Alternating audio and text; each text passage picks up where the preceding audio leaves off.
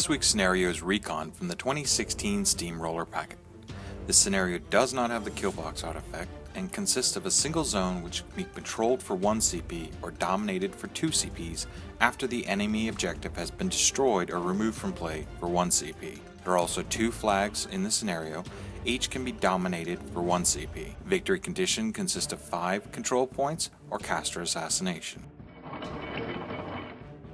Hey everybody, this week I decided to set aside my Kayazy and pick up my Cephalyx again. I'm still trying to figure out my Cyphon list. Exelon I think I've pretty much got locked in. Cyphon I'm trying to figure out because his Mark II version, because we're out of theme, is completely changed. So I'm leveraging Monstrosities because of his feet, and then I'm leveraging a lot of Overlords and stealthy units to provide anti-shooting. Hello everybody, this is Gaston, and today we're trying out a brand new theme force, the Thornfall Alliance. I'm running a relatively traditional Midas list, which is a gun line, so I have a lot of gun boars backed up by some Splatter Boars. I have my Farrow Brigands, and then I have my brand new Farrow Commandos, which are going to be ambushing in this list. I'm pretty excited to get them on the table. I kind of did a bit of a rush job on painting them, so they're just good enough to get on tape. I won the role and elected to deploy first. I mainly wanted to do this for the advantage of being able to go set my gun line up. He has his own, you can call it a gun line, it shoots wreckers at me from 13 inches away, and I'm not a big fan of that. So I definitely wanted the ability to set the line of engagement on my own terms. Deployment wise, it's relatively symmetrical. Midas is going, in the middle, you got the Brigands in front, then the gun boars 2 on each side. You have a Splatter Boar somewhat in the middle, and a Battle Boar is more on the side with Brine in order to support him. So for my deployment, I'm looking at the fact that we're basically playing Recon. This scenario always seems to pop up, and I promise you we randomly roll these all the time, but this scenario always seems to pop up. So I go for the kind of play where I'm going to put my Monstrosities in the center. Cyphon's going to be on the left-hand side because I plan on playing Scenario Presence with basically sitting on the flag until it's safe for him to enter the zone. And then I am just going to kind of flank my army with all of my different Overlords and Eliminators because they're going to push forward to set the line of engagement, have stealth. Maybe I lose Overlords, but then Monstrosities go to clean up. And I'm just going to use my sprays where I can and use my Eliminators to get in the back line and start stabbing things. Just really kind of pushing forward, playing for the flag and see how it turns out. One of the nice things about Midas is his turn 1 is very easy.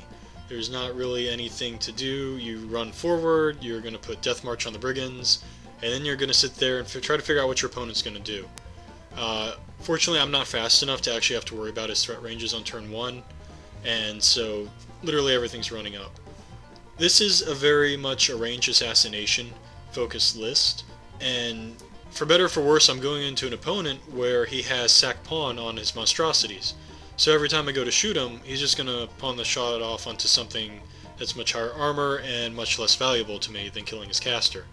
So it's a little bit, not frustrating, but there's a lot of counterplay in his list to my army. The other thing that I'm very concerned about is him popping feet and jamming me with just these armor 20 Monstrosities. There's a lot of damage output in this list, but there's a limit to what I can handle, and that's a concern. Mercenaries, turn 1. So it looks like, I don't know if it's a scenario of my opponent is responding to my caster's deployment, but it looks like he has a similar idea where he's going to kind of angle for the left-hand flag, or what would be my right-hand flag, and then he's going to, push up to the zone and potentially, go into the zone once it's under control.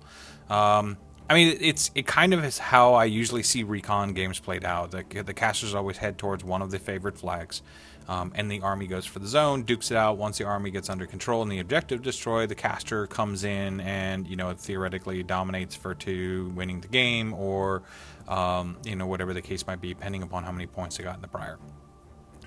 Recon tends to be kind of that slow trog for me just because it's centrally played, which, I mean, I guess that's probably what they wanted for their design. So basically what I ended up doing was just, anything that you would expect in a turn 1. I ran everything forward, getting into position. I always kind of keep my warder near where I'm going to have Cyphon at so that he can be my sack pawn for any shooting that comes because he is not stealthy. He is one of the few that's not stealthy.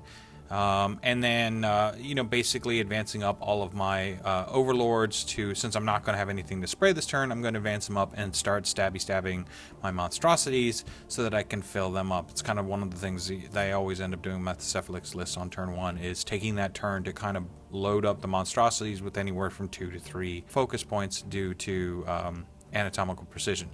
It, however, never fails that one of my overlords overachieves and I roll boxcars. I've never had a single turn where on turn 1, one of my overlords doesn't boxcars on the damage roll, which isn't a lot, but it's more than atomical 1 point. So the awesome part is that he completely forgot that I get to ambush in my commandos. The downside is that, one, he's within sackpawn range of his monstrosity, and he's also more or less out of range of me to actually throw any bombs. So you can't see at the top yet, they're kind of cut off, but you'll see them come on. They did ambush, they're coming in the back, so that way they can start bombing the Cephalyx UA guy over there with the ladies who are a pain in the butt. And there's a lot of discussion and thought that needs to be put in whether or not you put in a min and max unit of the commandos ambushing. For Midas in particular, I feel like a max unit is of more advantage because he has a lot more buffs. It's always kind of interesting to have that opportunity to do the Khador arc node where you run one guy down and then you have Midas come over and put Death March on your unit of ambushers, because they're going to take some hits, but now you have Vengeance on them so they can get even deeper, they can get into even more kind of ugly locations for your opponent. He also has Battle Lust, he can support them with Calamity because they have these guns. So there's, I think, a lot of counterplay that Midas gets out of taking a full unit. Whereas someone I've considered like Helga to take a min unit just to kind of force positioning and run them rather than use them for actual offensive output. So they came in, they blew up one of the chicks, the other one made a tough check, and they damaged the Overlord guy, or whatever he is over there. So back down to the regular game, we're just moving the Brigands up. They're actually going to dig in, which is kind of unusual for me. I don't really dig in with Brigands that often. I don't usually get the opportunity. But what we're doing is we're just staying right outside of his start range, so that way he can't, you know, go Wrecker Ball on me and start beating back through my whole army and messing up a bunch of stuff. Otherwise, Midas is going to spread out Lucky Shot on 3 of the gun bores. Then we'll have the Splatter Boar. He'll go eventually and put Lucky Shot on the last guy. And then we're just kind of using that ability to reroll and to have the high power blast damage in order to clear out those remaining stealth guys. And then we're going to do the exact same thing on the bottom flank. It's a lot more successful on the top flank than the bottom flank, which is probably good for the survivability of my poor little commandos up there. So like I said, exactly, we're going for this lucky shot. It's literally a lucky shot that we're trying to get. So again, he's taking that same thing. They're stealth, so it's automatically going to scatter. And I'll get to reroll distance and direction, but no dice, except for her. So I did manage to eventually get lucky. But otherwise, it's, you know, we're waiting for him to get in threat. I don't want him to be able to get an alpha strike on me. And we're prepping for that feat and jam, which I'm kind of anticipating to come my way. Otherwise, just trying to clear out the flankers, clear out what is in range, and that's like an ancillary attack from Targ coming from all the way across the field. That does nothing. Mercenaries turn 2. Well, shoot. I did not even pay attention to the fact that he's running a theme list. Matter of fact, before he even started the game, he told me, here are my theme here are my theme benefits, and mentioned that they were outflanking Brigand commandos. He told me. Why the hell didn't I remember? So he's basically run his commandos in on the side that I'm favoring with my caster. This is bad. I'm not prepared. Legitimately, I'm not prepared for dealing with these commandos. So job well done. I'm caught completely with my pants down. I do, however, have an Overlord unit that's over there. So theoretically, I advance 6 and I spray 8. I clear off, anywhere from 2/3, 3/4 of the unit, and then they kind of become a no threat. So I advance. I basically use the flame template so you can pre-measure. I use the flame template to determine where is the position that my Overlord needs to go. in order to get maximized sprays. And usually I'm hunting for anywhere from 2 to 3 targets underneath my sprays. You know, with the magic ability, you know, theoretically I could go in and be base to base and get more sprays, but since he just came in on the board, I don't have the distance.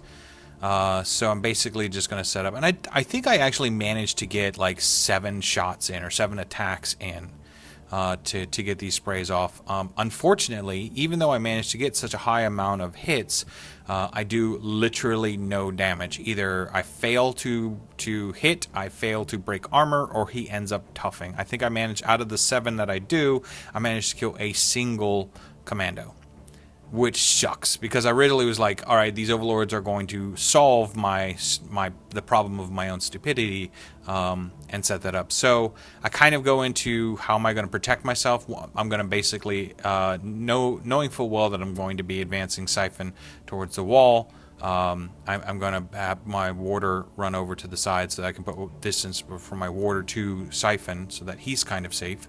I'm going to advance because I'm not necessarily forgetting the fact that there's still something happening on the center of the board, not just the left-hand side of the board. I advanced 2 of my wreckers to the end of the zone, and then just, you know, to set it so that next turn, theoretically, I could go through. And then I set 2 of my other wreckers behind those 2 wreckers in an attempt to, anything that comes in to kill them will in turn get countercharged by the other 2 wreckers, and since he doesn't have many in the way of heavies, you know, I'll get 2 lights for a wrecker. And then my eliminators kind of outflank. I lost 1 to the commandos, so my last one's going to go after the bone grinders. So when I'm ambushing these guys, typically my expectation is they're going to come in, they're going to screw up a couple solos or on the edge, and something's going to turn around and obliterate them. That's just kind of been my game experience. And to have him actually come in, I rolled kind of hot on my tough rolls, and then he rolled kind of bad on his spray. I think only 1 of the commandos died this turn. Is awesome, because now I'm going to start getting multiple turns, and it's going to get harder and harder and harder for him to deal with them. That doesn't happen very often, so I'm kind of excited that happened on video. So in the meantime, he did not pop his feet and jam me, which was unexpected. So now I'm seeing how badly I can get myself killed here. There's an opportunity. And that opportunity is I'm going to try to take 2 out of his monstrosities off the table of shooting this turn. The catch and the downside to this is this involves me putting Midas into the threat range of them, to come up and cast Calamity on that guy I just put down in the lower corner. So I mathed it out, I kind of figured out what I can expect to do, and with Calamity I believe a unit of Brigands had well enough damage output to kill a monstrosity. And then I'm just going to trust in my gun bores to be able to drop the other guy, he's only armor 17, with unsupported shooting. They're just going to be shooting at him with the regular POW 13s. The other thing that I'm going to do is I'm going to make sure I leave a hole for Brine to cut in if I do need to sacrifice Brine to trade up and go ahead and finish off that top monstrosity. It so happens I got some really hot dice rolls in there, and I was able to finish off the bottom guy with something like 7 out of my 11 shots with the Brigands, so that was pretty awesome. They were able to take the last few shots and they were able to start turning it on that other guy and dinging him up as well. And any little bit to kind of help out the gun bores to try to finish off that top guy now, who's very dangerous to me. Fortunately, I placed all of my gun bores just properly, so that they're just outside of 12 inches, so they can't aim. And I actually tried to do just, you know, roll the hot 5 there and missed. And I'm still, like, you know, kind of in danger mode here, so we're going to start boosting to hit now. We're not going to mess around with that. People, you know, ask about Fury management with, I think Midas has 6 War Beasts in his battle group. You just use the Fury. It doesn't matter if you don't survive this turn. So I have a very laissez-faire attitude towards Fury management, and sometimes that can drive people a little bit nuts. But the gun bores are going. They're making sure they're out of Brine's way, so that way, again, just have my plan B there. But I think they're going to be able to kill him because he's down. He's hurting pretty bad. So now we've got this Splatter Boar moving in. He's moving into just within 10. Again, being very aware of that little alley there. And he's going to go ahead and boost Lucky Shot himself. He's going to boost a hit, being Rat 3. And his POW 14 there will leave a cloud, which is usually awesome, except I guess in this case all the Cephalyx have eyeless sight, so no one cares. but otherwise he's going to drop that Monstrosity. Now I have Revenge of the Commandos. They're going to come on in, and one of the things they have that I initially undervalued is CRA. And when you're up against these guys, you're at 5 and they're defense 14 for these guys. Having that CRA is really nice. We're doing little 3-man CRAs. We're going to start taking them off the table. Those 3 sprays were a big threat to my commandos, and now they're kind of out of the way. So things are just getting even better for me. Now I have Targ. He's throwing out a go nowhere bomb. I think it's an acid bomb. The other thing we have is we've got still that one UA and the guy at the bottom that you have to be careful about. So I'm just checking threat ranges. Mercenaries, turn 3. So, I've been learning a different way of playing the game. Both listening to other podcasts and talk to my fellow casts and stuff like that, of starting the game and understanding your role in the game.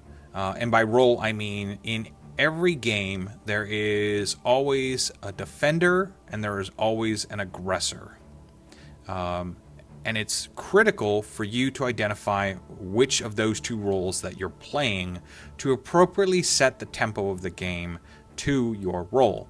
So in a scenario where I'm playing, Butcher 3 against, a Haley gunline or something like that, it's very easy to identify, okay, clearly they're the defender and I'm the aggressor. And then you get some other scenarios where it's like, Crix against Legion, who's the defender, who's the aggressor. And it does tend to, it's not necessarily faction specific as so much the list. In this scenario, I identified myself as, I'm Cephalyx, I'm relatively squishy, I have monstrosities, but I'm relatively squishy, and he's got a lot of dudes. So I kind of identified myself as the defender, and I did so inaccurately. In this matchup, Gaston is playing minions and he's playing a gunline. So that right there is kind of identifier that he's going to be the defender and I should have been the aggressor, and I should have identified that last turn. I didn't, so what I end up doing is, with what I have left, I basically have handed him 2 wreckers with no recourse. So I need to change, I need to dial up my role and recognize I'm the aggressor now.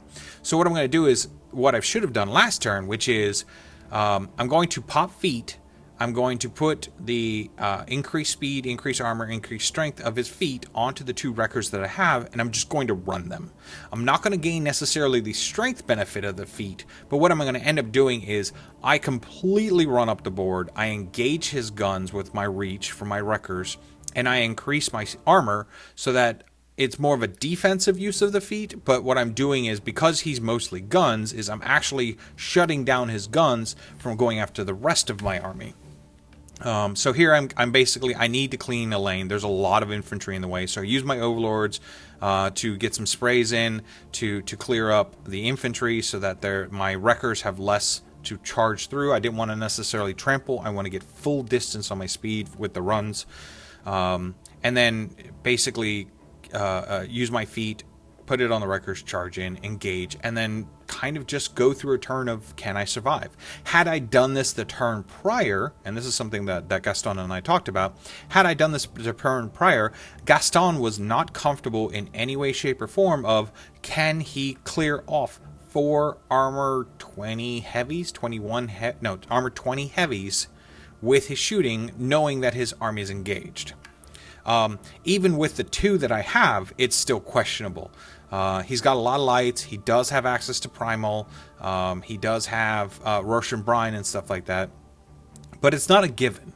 So if 2 was not a given, then 4 almost takes it off the table. And then it becomes a scenario of, I'm engaging you. You can't shoot. You step away. You take free strikes. You come in. You do stuff. And then next turn, my bits that have survived just tear through the army, potentially killing the objective, and then going through, and I start going into the scenario control.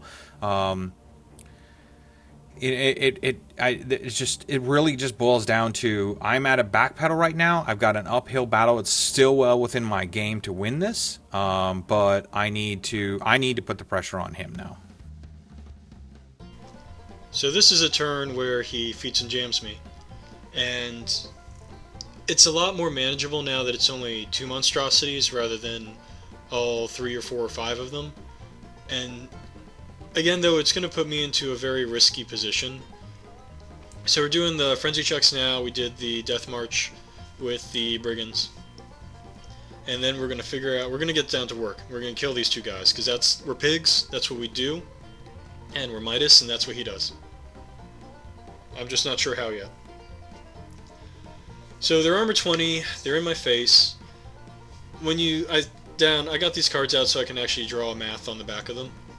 And that kind of worked out that I want to use Brine's Animus, because it's the best way to go with him, and then he should be able to take one out easily, no problem. But like a genius, I went ahead and primaled him with the Battle Boar because it just force of habit, for no real good reason there. So yeah, that was a mistake on my part. It was just a brain fart. So we're gonna activate Brine. The Battle Boar turned around and he smacked the one lady, the Kayazy chick. So Brine's gonna reanimus himself, so Prime will go away, but he's still gonna frenzy next turn because I'm an idiot. And then he's just gonna go to town on this monstrosity in front of him.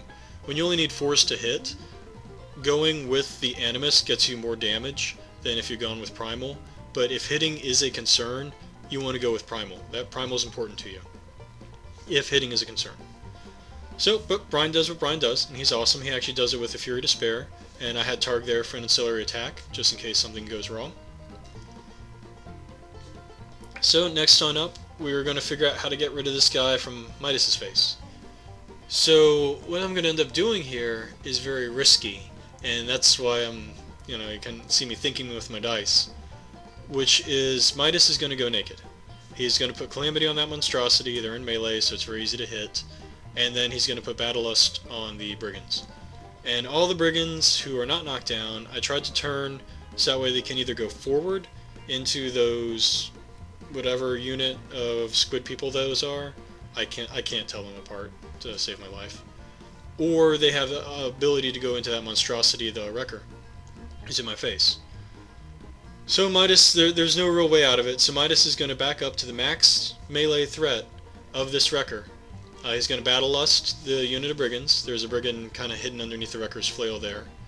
And then what we're doing here is I want to stay as far out from Cyphon and his threat range on the Gallows, as far away from these spray guys as I can get. And we're just going to cross my heart, my little piggy heart, and hope to die here that I don't die. The other thing he's going to do is he's going to go ahead and curse that Cephalyx Overlord UA attachment that's behind him, kind of hidden by the red tree there.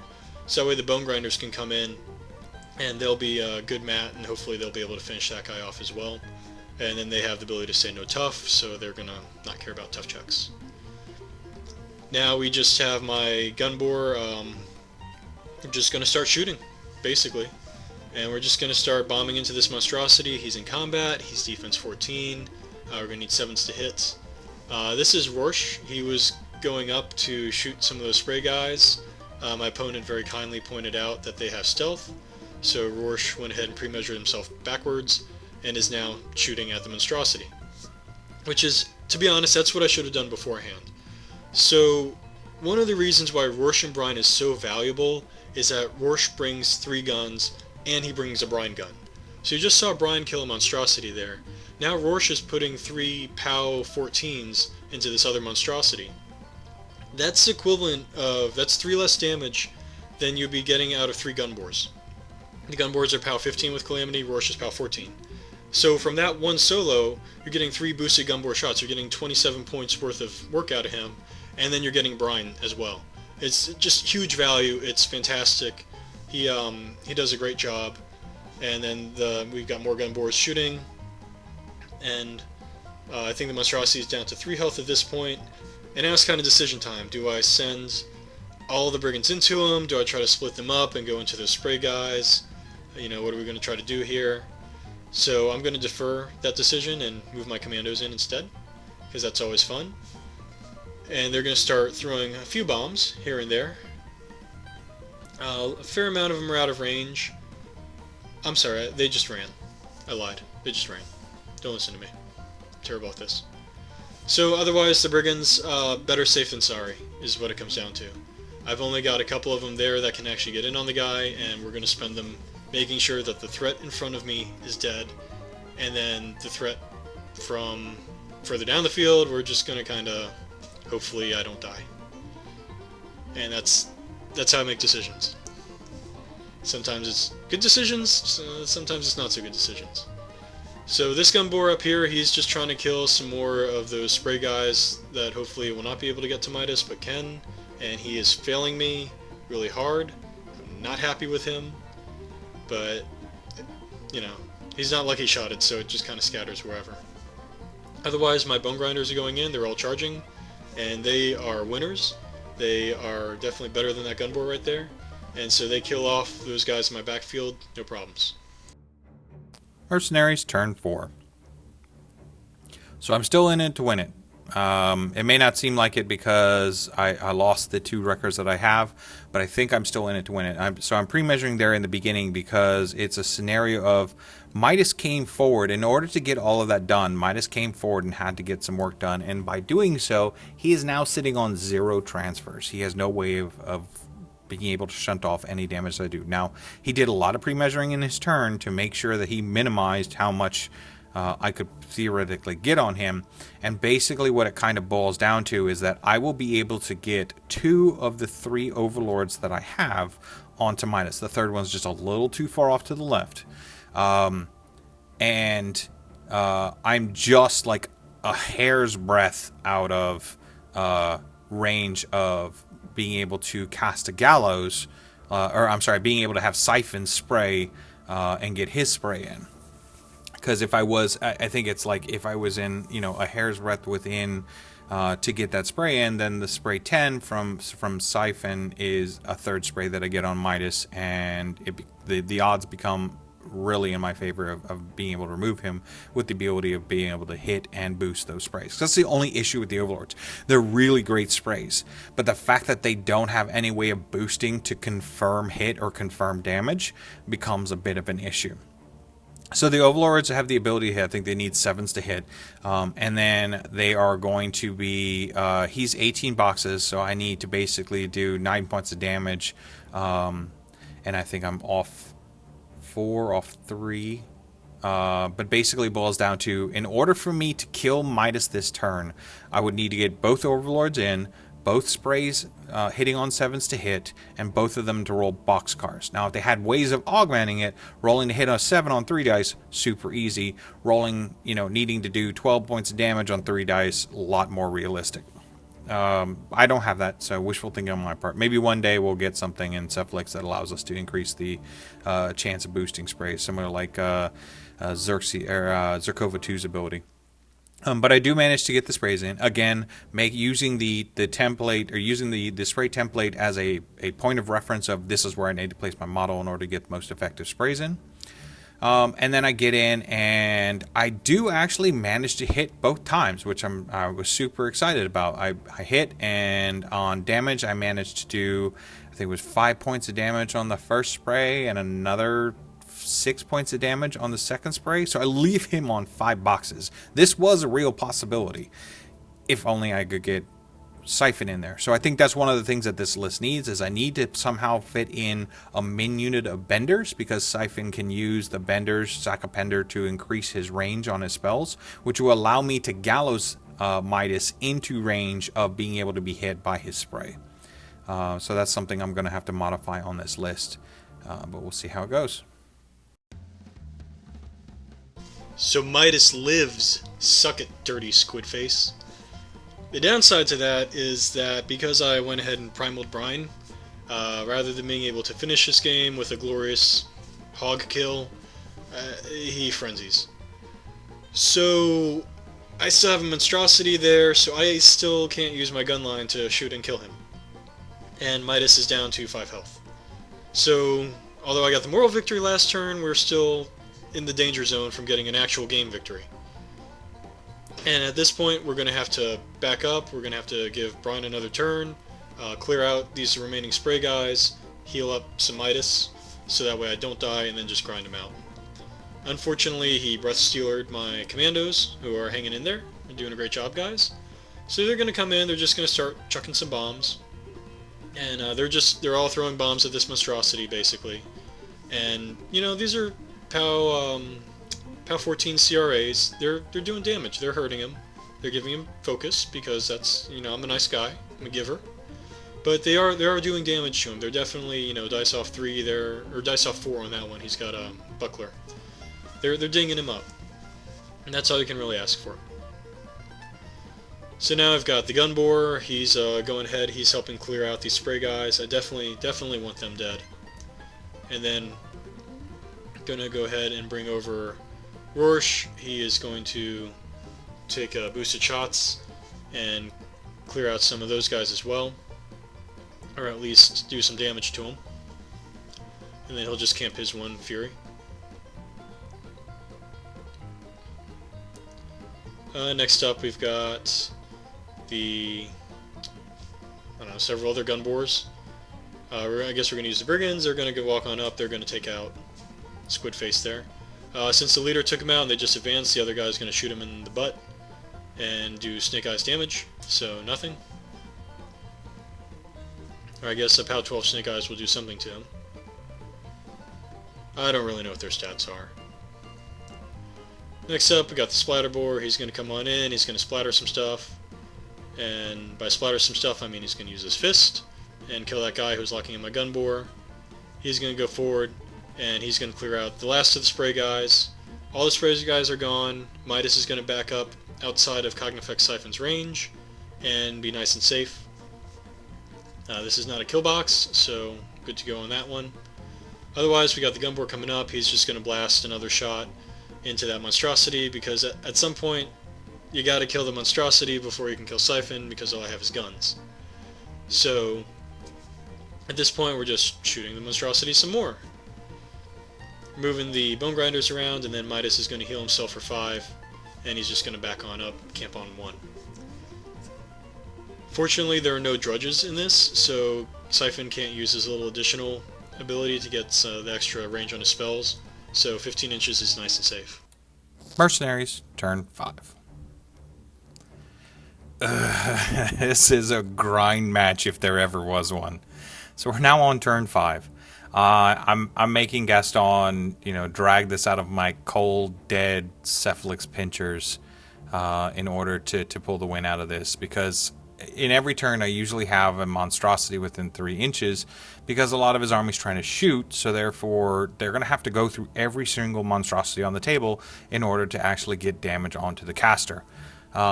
So some scenarios that causes me to have to be a bit aggressive. The fact that I'm dealing with the commandos, I've been putting Breath Stealer on them to lock them so that they're not coming charging across the table at me, and then giving enough distance so that with the reduced speed they can't get a charge in on me. So the best I can hope for is some shooting, which is still a problem, but again, I can pawn that off onto the monstrosity. So I'm playing a little bit more up the field than I probably am comfortable with, but it's as odd as it sounds, it's my safer place to be. Also, what it allows me to do is it allows me to be in range so that I can use the monstrosity I do have on the table to get some work done and still be within 3 inches. So currently right now, my warder's behind my Cyphon, but I'm going to have him charge forward because Brine is in range. So I've used Cyphon to pull Brine in, or Rorsh, I forget which one's the actual warcaster. And then I'm basically going to have the warder go in and kill the lesser warcaster, which causes both the lesser warcaster and the monster and his heavy to remove from the table, and that's one of his only heavies that can do work in melee. So if I get him out of the table, I engage some of his shooting elements in the process, and then Cyphon is still within 3 inches. I can push forward and just look for an opportunity for Midas to give me to kill him. It's just a matter of trying to hunt for that opportunity while leveraging the few pieces that I have left. And we'll have to see how that turns out next turn. So he killed my Rorsh and Brine, which is very, very not friendly. Not happy about that. So I think it's about time to go ahead and end this. Deal with our frenzies here, which really don't accomplish all that much. What we're going to do is we're going to have the Bone Grinders come back. They're going to put Craft Talisman on Midas. He's going to scoot on up, and we're going to Calamity Cyphon. He really just has Cyphon and this Monstrosity left. So we're going to go ahead, put some damage and accuracy buffs on him. And now we're going to make use of my fun little commandos. They're all just going to walk into the back and start taking shots at Cyphon. What Cyphon's going to start doing is dumping all these POW 14s he's taken, POW 16s once I start CRAing, onto his Monstrosity. And the Monstrosity is going to start taking all this damage for him. It's very easy for them to hit Cyphon in the back arc with a CRA and with Calamity up. So we're going to use the commandos to clear out the engaged, he's not a wrecker, whatever he is, Monstrosity. Which they do. High five. Good job, guys. Now we're going to start putting in my high value shots, my aiming gun bores, my boosting gun bores, into Cognifex Cyphon. They're going to be effectively Rat 9s, so they're definitely going to do a lot of damage here. He's using his focus to cancel out some of it.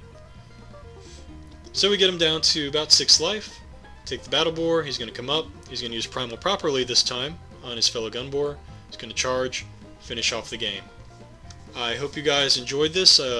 My first time on video with the new Thornfall Alliance. Definitely enjoying the ambush. I feel like it brings a whole new dimension to the game that I really enjoy. What a great game. I honestly love playing a Gaston, even though he does some horrible things with me with his non-existent faction minions. He always makes it a fun game for me, and I try my best to make it as fun as possible for him. By presenting him with kind of this puzzle to work through. For this game, it was a scenario of every turn, even though he's a shooting faction, every turn I was basically pushing to be like, look, can you shoot my caster? No, because I have monstrosities near me. What are you going to do about it?